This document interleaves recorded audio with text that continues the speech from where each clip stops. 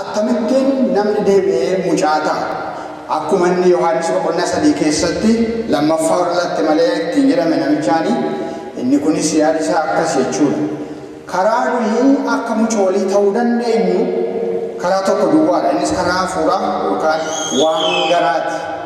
The matter of the heart. The heart of the child yommuu qabaan garaa ijoollee yommuu waaqayyoof qabaan nuti waaqayyotti gammadaa mootummaa waaqayyotti seenuu dandeenya. Kanaaf head knowledge miti jechuudha waan isaa. Head knowledge miti is a matter of the heart. Hara garaa ilaalla. Waaqayyo garaa ilaalla sababii ta'eefi garaa iddoo sadii kirree ilaalla. Saba lafarraa hundumtuu garaa sadan kana keessa iddoo tokko jiru garaa sadii jaallatu jechuudha. Duraan dursa gaa akkuma beektanii ijoolleen mucoolii yoo fudhanne dhaloota isaanii jalqabanii of hin danda'an. Maal godhuree nyaata isaaniitiif, uffannaa isaaniitiif, bakka jiraataniif warra isaaniitti hirkatu. They depend upon their parents or caretakers. Warra isaaniin eegu irratti hundeeffamuu yookaan irratti hirkatu jechuudha. Kanaaf warratu guutaaf, warratu bitaaf, warratu tottoshaaf jechuudha. Yesuus akka jedhutti egaa jireenyi mootummaa waaqayyoo keessa life in the kingdom of God jireenyi mootummaa keessaatti kan inni itti tolu yoo namni gurguddaan garaa kan akka ijoollee qabaate. Ijoolleen ammaa waan masintiin kan fudhatu hin amanu warra namanu nama guddaa yeroo hin amanu sumanni yeroo garaan isaanii hin fudhata jechuudha. Garaa akkasii akka qabaannu barbaachisa. Garaa akkasii yommuu jiraatu garaa akkasiitu Yesuus Kiristoos irratti hirkachuu danda'a. Dippeend gochuu danda'a Yesuus Kiristoos irratti jechuudha. Kanaaf mootummaan waaqayyoo amala akkasii qaba jechuudha. Garaa ijoollee qabaachuun nurraa eega. Kanaaf ijoollee ni guddaan eewu, ni bishaataan eewu, ni ga'aan eewu jedhuufi isaan nama cimaa, nama yaada isaa cimaa barbaadu ta'a. Inni garuu ijoollee waame. Maaliif mootummaan waaqayyoo fi mootummaan namaa yookaan mootummaa biyya lafaa wal faallessa. Wal duukaan adeemu sababii ta'eef isa akkasii barbaada jedhama. Kanaaf akka ijoollee akka taaniif barbaada. Maaliin qaama keenyaan tun ta'in garaa keenyaan akkasaaf mijannu akkasaaf taanu waaqayyoo fedha isaatii waaqayyoo kana barbaada jechuudha. Kanaaf isa kana hubachuudhaaf gadi fageessinee waa'ee garaa gadi fageessinee hubachuudhaaf iddoo sadiitti irraa dhuman sila jedhee hubannaan kanaa guddaa barbaachisaa sababii ta'eef isa kana keessatti Phaawulos hin barsiisaa waa'ee garaa jechuudha. Waa'ee garaa laalchisee namni biyya lafarra jiru hundumtuu iddoo sadiitti hirama. Iddoo sadan sana keessaa tokko har'a nus achi keessaa iddoo tokkotti of ilaalla jechuudha.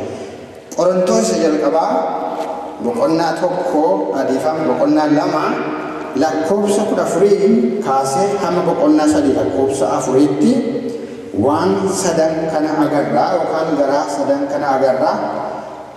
Waaqayyoo egaa gita sanaatiin hojjete sababii ta'eef inni jalqabaadhaa nama uumamaa agarraa. Menan dubbisaa boqonnaa 2 Qorontoos jalqabaa boqonnaa 2 lakkoofsa 14 irratti akkas jedha. Namni hafuurichaan argatin kennaa hafuura waaqayyoon fudhatu kennaan sun isatti gowwummaadha.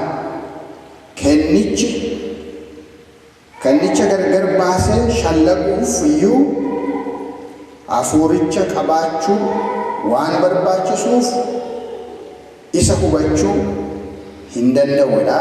Afaan Ingiliffaatiin irra hiikaan isaa iddoo kanatti kan inni jedhu the natural man jedha. Natural man jechuun natural man or woman mankind akkuma seera uumamaatti kan dhalatee lafa jiru jechuudha. akkuma seera uumamaatti jechuudha.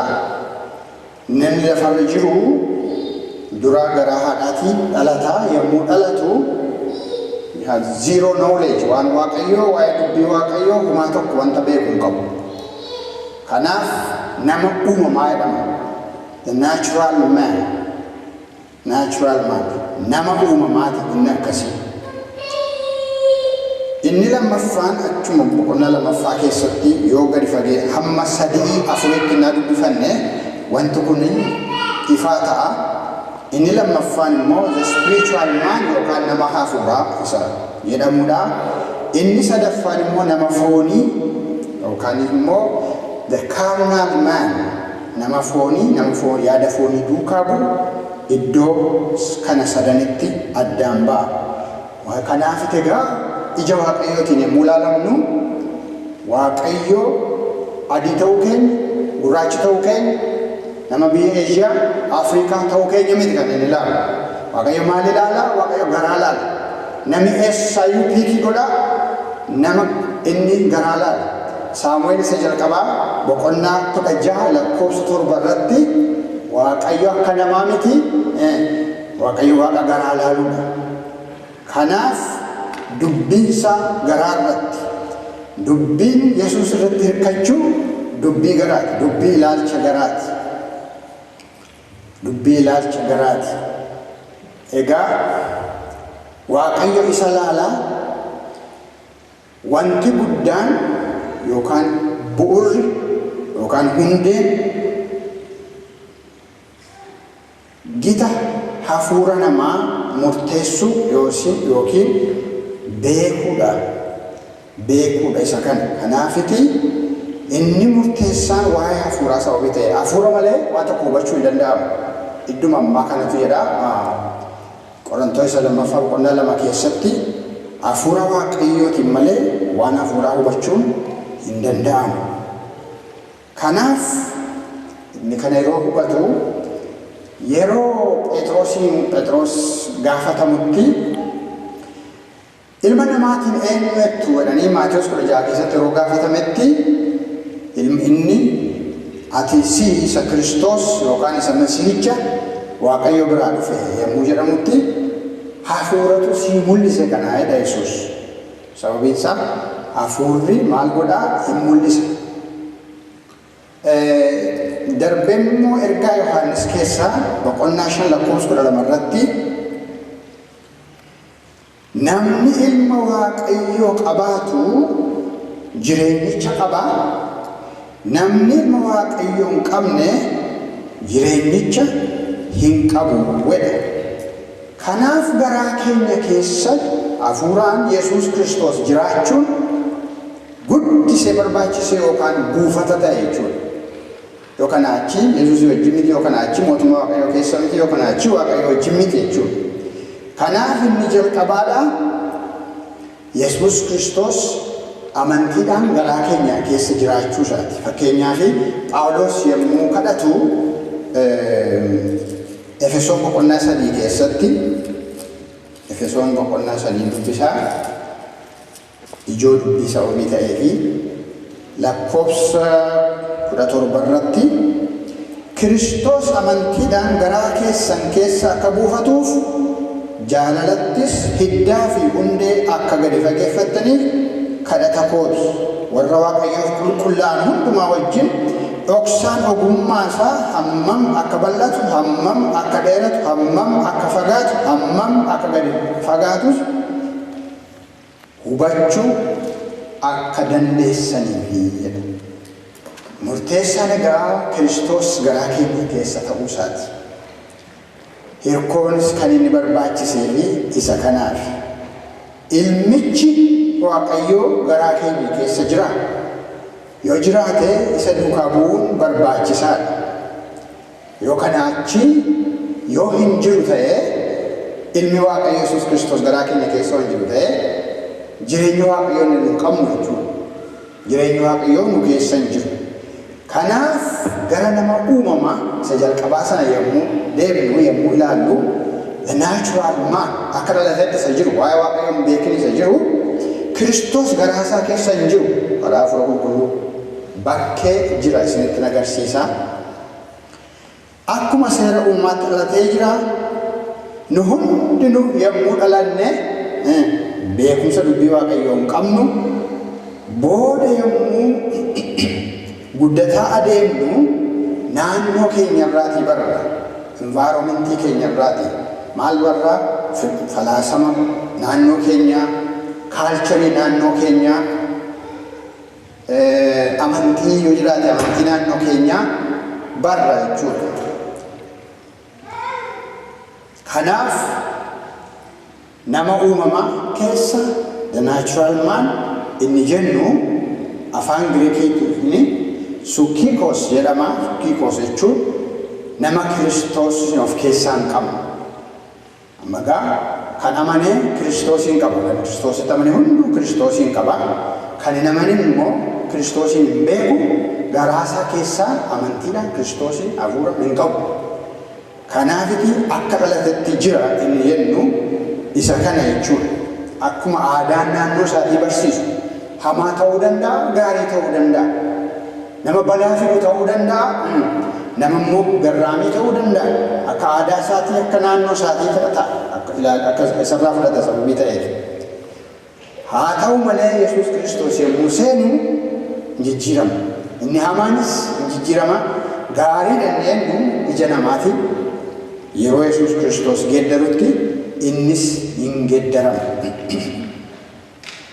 Kanaaf egaa Waaqayyo amma maal goonaa fakkeenyi tokkoon as kaa'a. Hundumtuu marcuma kana agartu.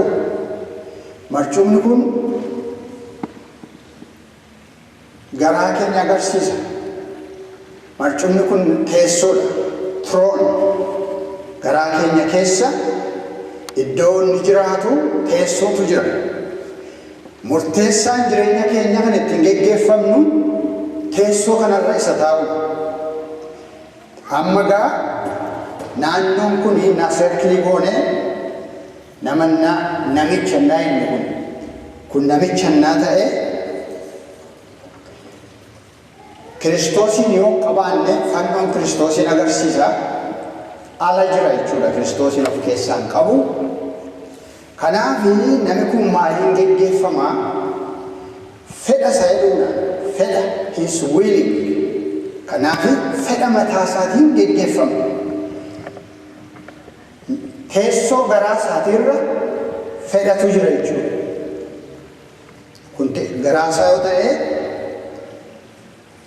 hundumatti hin argama.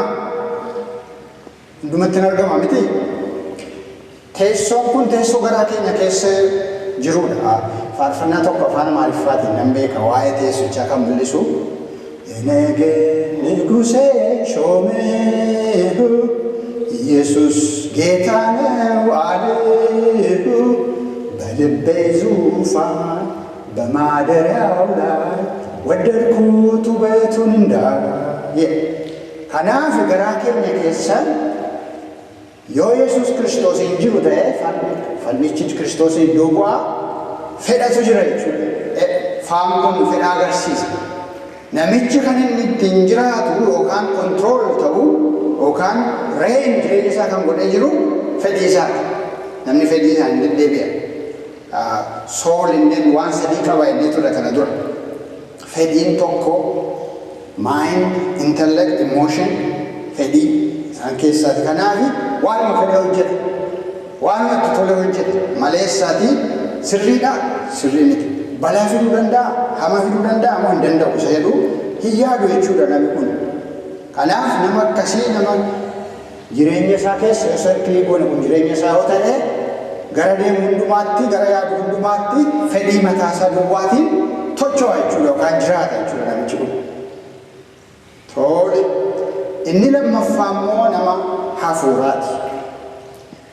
Namni hafuuraa garaa isaa keessatti kan inni qabu Kiristoos garaa isaa keessa seenee jira. Kiristoos garaa isaa keessa seenee jira. Kuufaan oodhaa naataa olidee mucucaata hin beektu garuu ta'u. Kanaaf teessoo garaa keenya keessa keenyatti jechuudha Kiristoostu jira. Yeroo Kiristoosin geggeeffamnu akka Kiristoos jedhatti yommuu deemnu fedhiin keenya gadi bu'a jechuudha. Fedhii keenya dhiifneetu fedhii mootichaatiin jiraanna. Garaas akkasii barbaada Waaqayyo jechuudha. Garaa ijoollee inni dhusa kana. Garaan Kiristoositti hirkatu dhusa akkasii jechuudha. Kun egaa isa lamaffaadha. The spiritual man isa jedhamu. Nama hafuuraa inni jedhamu fedhiinsa sadarkaa lammaffaatti yookaan gaditti. Fedhii isaan hin tocho'u. Fedhii isaan oolee bulu. Kan isa geggeessu yaada Kiristoos irraa ka'e. Yeroo hundaa isaan gaafata jechuudha. Garaa keenya qoranii ilaaluun kanaaf barbaachisa. Yaada garaa keessanii geddaradhaan fedhii keessan gadi buusaati fedhii Kiristoos yookaan fannoo Kiristoos garaa keessan keessatti moosifadhaa isa jedhudha jechuudha. Let him reign garaa keenya keessatti jechuudha. Okay. Warri kun egaa isaan kana lamaan. Amma gara isaatti egaa namni hafuuraa kun jechuudha. Hafuura jechuun afaan Giriikiitti nama jedhama. Pneumatikas jechuun immoo spiritual man nama hafuuraa jechuudha. Nama Kiristoosiin fudhatee isaan immoo geggeeffamu. Nama akkasii nama hafuuraatiin kun gargaarsa hafuura qulqulluutiin ta'e namni amane hundumtuu hafuura qulqulluu of keessaa qaba. Sababiin isaa yeroo namni kan Waaqayyoo ta'uu dhufeetu chaappaadhaan chaappaa hafuuraatiin mallatteessa. Efesoon boqonnaa 1:13 irratti agarra jechuudha. Chaappaatu jira. Chaappaa sanatu jira. Egaa namni akkasii kunii garaasaa keessatti fannoo Kiristoostu mo'ee jira. Amma immoo gara nama isaa amanee garuu utuu warra kana lamaan duwwaa ta'ee gaarii ture. Lammoo kana yookaan Kiristoosin qaba yookaan Kiristoosin hin qaba gaarii ture. Amma inni sadaffaa ilaalu nama foonii inni jennu the carnal Christian or carnal person inni hafuura yaada fooniitiin geggeeffama. Innis fedhiidhaan geggeeffama. Fannoonis jira garaasaa keessaa. Garuu fannoon iddoo fedhii isaatii gadi jira. Baay'een wal'aansoon keenya isa kana. Isa sadaffaa kana irratti. Nama alaa Kiristoosin nama hin qabne miti. Kiristoos jira. Sirkii isaa keessa jireenya isaa keessa Kiristoos jira. Garuu kan mo'ee jiru fedhii isaati. Fedhii isaatiin mo'amee jira yookaan fedhii isaatiin geggeeffama sababii ta'eef fannoon achi mul'ee jira. Amma gaa kana lamaan gidduu tokkoon keenya rakkoo nu qabnu rakkoon amantoonni qabnu yeroo baay'ee isa kana dhufadha waa'ee garaa laalchisee. Kan ammoo kan isin dhibu nu duwwaa miti. Phaawulos irraa jalqaba. Phaawulos Roomee boqonnaa 7 keessatti Phaawulos Roomee boqonnaa 7 keessatti rakkoo isaa isa ture har'as rakkoo keenyaa fi wal'aansoo keenya isa ta'e isiniif dubbisa. Hunda isaallee ta'uu baate darbee Roomee boqonnaa 7 lakkoofsa 14 warri yeroo qabdan lakkoofsa 14 hamma 25tti ijoo tokko dubbata. Roomee 7 14 hamma 25tti isa kana dubbata. Kanaaf tokkoon keenya rakkoo kana qabna. Innis ofiisaatii hamma hubatee Roomee boqonnaa 8 akkaataa ittiin jiraatan baruutti rakkoonni qabu isa kana ture. Nus rakkoo akkasiidhaa qabna. Maaliif yommuu aarree jirru eenyutu mo'ee jira garaa keenya irratti? Yesuustu mo'ee jira moo fedhii keenyatu mo'ee jira? Kan nu ittiin geggeeffamu warra kana lamaan yookaan fedhii keenyatu karaa Waaqayyoo irraa nu fudhatee bada yookaanis immoo fedhii Waaqayyootu jireenya keenya keessa jira isatu nu dhaabee jira jechuudha. Kanaaf yommuu jedhu 14 dubbifame seerichi seera hafuuraa akka ta'e nuyi beekna. Ani garuu nama foonii isa cubbuu jalatti gurgurameedha. waan hundumaa baasuu waan dhimma baasuu hin hubadhu. Ani waan jibbuun hojjedha malee waan hin jaalladhu hin hojjedhu. Waan hin jaallanne hojjeta. Waan hin jaallanne hojjeta. Kana maaltu akkas godhaa? Sababiin isaa wal'aansoo jara lama kanaan gidduuti. Kiristoostu garaa isaa irratti mo'ee jira moo fedhii isaatu garaa isaa irratti mo'ee jira? Yeroo fedhiin mo'ee jiru fannoon achi jira. Kanaaf isaan kana gidduu nama hundumaatu wal'aansoo qaba. Wal'aansoo qaba. Phaawulos illee kana lakkoofsa 24 itti dabala dubbisuu isaa. Isin garuu yeroo qabaattan dubbisaa. Ana nama gadadamaa foon isa gara du'aatti na geessu kana harka eenyutu na baasa. Ana nama gadadamaa foon isa gara du'aatti na geessu kana keessaa eenyutu yookaan kana harka eenyutu na baasa. Yommuu fedhi foonii teessoo garaa keenya irratti qabatee jiru mo'ee jiru yeroo hunda gara cubbuutti nu gotata. Yeroo fannoon yookaan Kiristoos immoo garaa keenya irratti mo'ee jiru yeroo san immoo gara namaa fuuraa taana jechuudha. Kana gidduun jira jedheetu Phaawulos ergii dubbatee booddee ergii kana jedhee booddee galanni Waaqayyoof haa ta'u akkasitti nafne dhossaan hiikamuutu jira. Dhossaan of kennuu Roomee 8 irratti dhiifama. Roomee 8 guutummaatti dhossaa waan kanaatu achitti arganna jechuudha. Namni kan gochuu qabu yeroo kun nu rakkisu fedhi keenya teessoo garaa keenya irra taa'ee yeroo nu rakkisu maal gochuu qabna? That is a secret. Kana keessaa baanee nama fuuraa yookaan nama guddata itti lakkaa'amuudhaaf jechuudha. Sababiin isaa fedhiin salphaa miti. Fannoon akka cirranis taa'uu fi yeroo hundumaa kan gochuun irra jiru inni jalqabaadha. Akka wanta sana hubanne akkas wanta sana Hafuura Qulqulluun nutti hubachiise. Sababiin isaa Hafuura Qulqulluun nu barsiisa yeroo hundumaa. Ergamoota dhiifama. Yohaannis boqonnaa isa jalqabaa boqonnaa 2 lakkoofsa 27 irratti isatu isin barsiisaa jedhama. Hafuura Qulqulluun nu barsiisa jechuudha. Kanaaf yommuu barrutti yommuu fedha foon keenyaa duukaa buunee akka jirru hubannutti dafnee dhiifamaan gooftaa keenya fannoosaa gara garaa keenya irratti deeffachuu dhiifama gaafachuu jechuudha. Maaliif dhiifamni unconditionally Waaqayyoo promisii inni nuu kenne Yohaannis ergaasaa isa jalqabaa boqonnaa 1 lakkoofsa 9 irratti cubbuu keenya yoo himanne cubbuu keenya nu dhiisuudhaaf hamaa hundumaatti nu qulleessuudhaaf inni tolaadhaaf amanamaadha jedhame. Kanaafiti dafnee Kiristoositti of kennuu nurra jechuudha. Garaa keenya keessatti Kiristoosin dafnee moosisuu.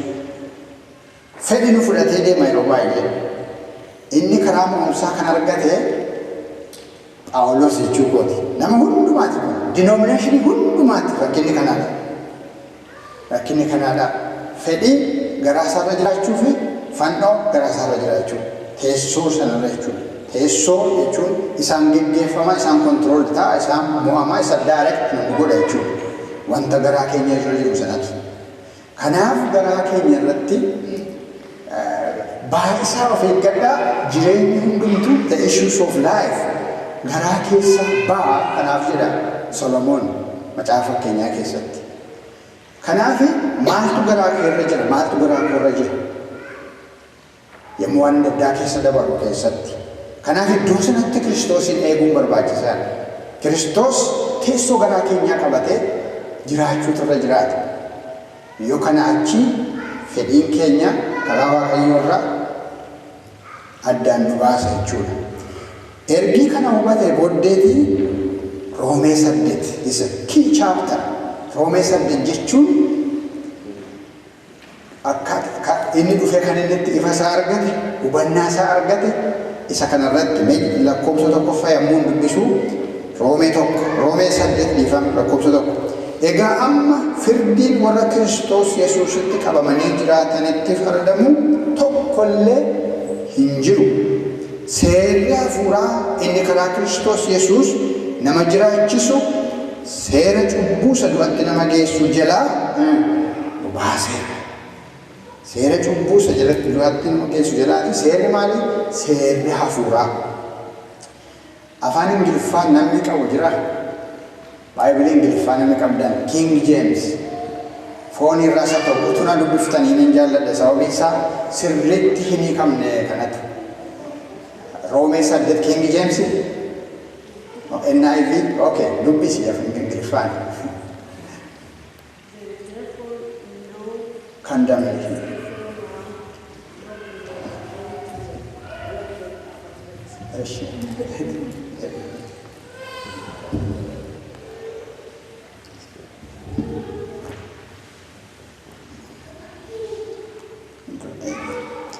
Akkasii Roomee boqonnaa tokko lakkoofsa tokko afaan Ingiliffaa innoo addaan keenyarraa.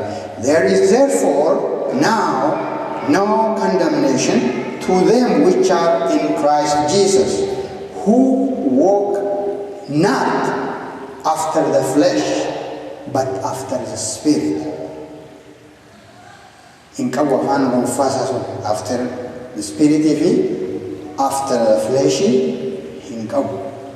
Warra karaa hafuuraa deddeemanitti firdiin itti faradamu amma warra Kiristoosiin qaban hin jiru. Maal baratee achitti karaa hafuuraa deemsi mo'umsaa akka argachiisu hubate ofiisaati namni kun namni boqonnaa 7 keessatti waan an jaalladhu hin godhu isan hin jaalladhu immoo godheen arga ofii koo arga jechaa ture. Kanaaf boqonnaa 8 keessa dhufeetu waa'ee seera sanaa bareechuudha hin guddate. Kanaafi isa booda yield to the Spirit waan hafuuraa isa ta'e jalqabsiisa. Maaliif akkasittiin Kiristoosiin garaasaa keessatti moosifachuu danda'e jechuudha. Galanni Waaqayyoof haa ta'u. Yommuu cubbuu hojjennu kanaafi yommuu hubannutti dafnee deebi'uun nurra jira jechuudha. Dubbiin Waaqayyoo nuu mirkaneessa kana. Yommuu kana goonu, yommuu dhiifamaan deebinu maaltu ta'a sitti fakkaate? Yommuu dhiifamaan deebinu ija hafuuraa godhachuu jalqabna. Galaatiyaa boqonnaa 5 lakkoofsa 22-23 irra isa jiru. Ija hafuuraa kan godhachuu dandeenyu yommuu cubbuu keenyatti dhiifama gaafannee gara Kiristoositti deemnee Kiristoosiin garaa keenya godhannee yommuu jennu inni jalqaba ija hafuuraa godhachuu jalqabna. Ija hafuuraa maal fa'i? Jaalala, nagaa, gammachuu, amanannaa, abdii. Galaatiyaa boqonnaa 5 lakkoofsa salganuu isaanii jechuudha. Ija hafuuraa salgantu jira achi. Galaatiyaa boqonnaa 5 lakkoofsa 22-23 irratti ija hafuuraa agarsiisuu jalqabna. Karaakteriin keenya, amalli keenya jijjiiramuu jalqaba. Sababii hafuuraan geggeeffamnuuf, sababii fedhii keenya, fedhiin foonii teessoo garaa keenyaa hin fudhatiniif, sababii Yesuusin achitti eennuuf karaakteriin keenya, amalli keenya geddarama. Maal ta'uu jalqaba? Ija hafuuraa godhachuu jalqaba. Nama jaalalaa ta'u, nama amantii ta'u akka itti jalqaba. Ija hafuuraa duwwaa miti dabalee yeroo Kiristoosiin iddoo sanatti eenyu inni lammaffaan kan ta'u kennaan hafuura qulqulluu mul'achuu jalqabu. Kennaan hafuura qulqulluu salgan Qorontoos jalqabaa boqonnaa 12 irra ni jiru jechuudha. Yommuu inni kun eegamu kennaan sun sababiin isaa hafuurri dhufuunsaa kennaa nuuf kennu. Kennaa hafuuraatiin jiraan. Kanaaf kennaan hafuuraa mul'achuu kan inni jalqabu yommuu fedha sana garaa keenyarraa kaafnee Kiristoosin iddoo buufannee hafuuraan geggeeffamu. Seera hafuuraatiin geggeeffamu. Seerri foonii sun gara du'aatti akka geessu dubbate asitti Phaawulos.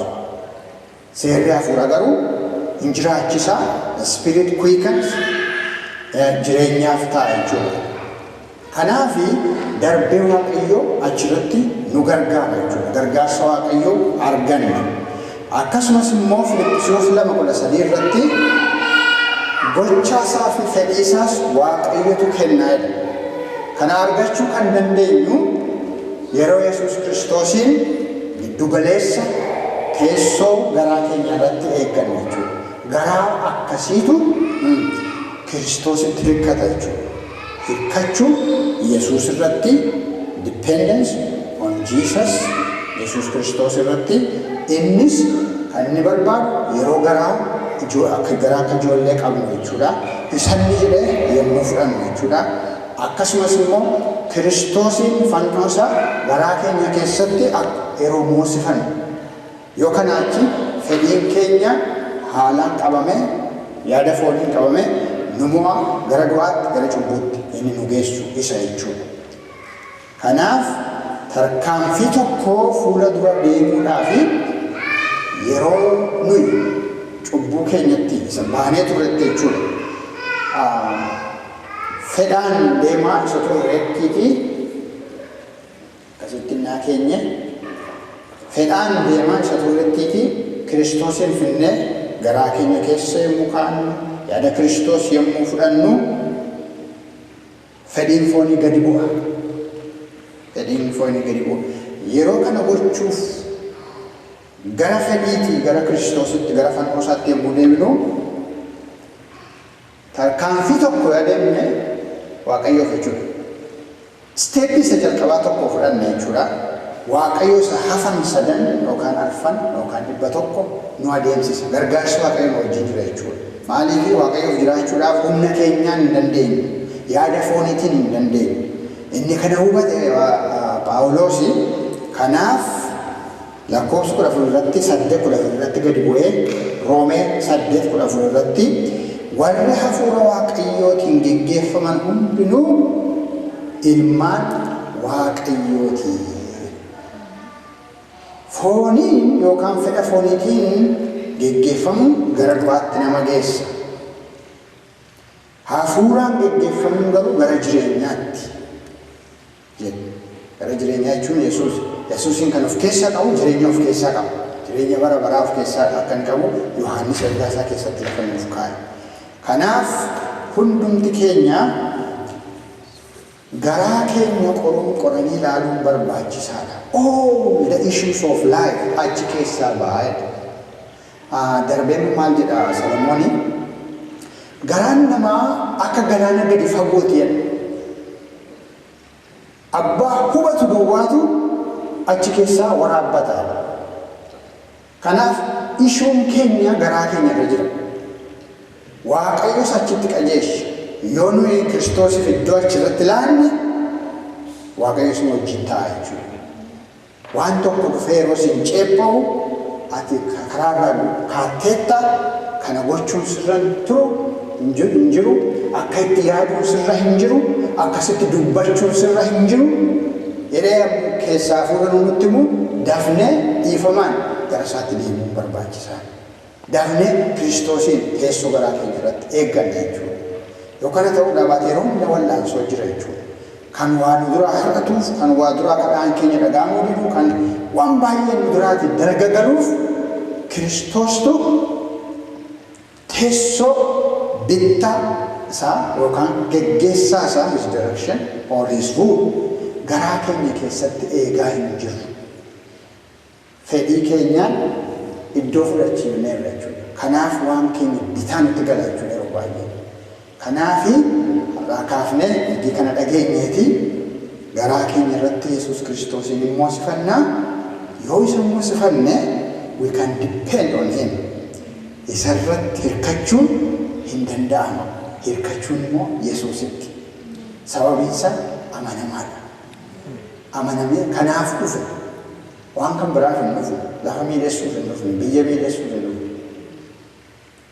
Nu fayyisee akka isaan geggeeffamnee jiraannuuf Waaqayyo gara keenya dhufe. Galanni Waaqayyoo haa ta'u.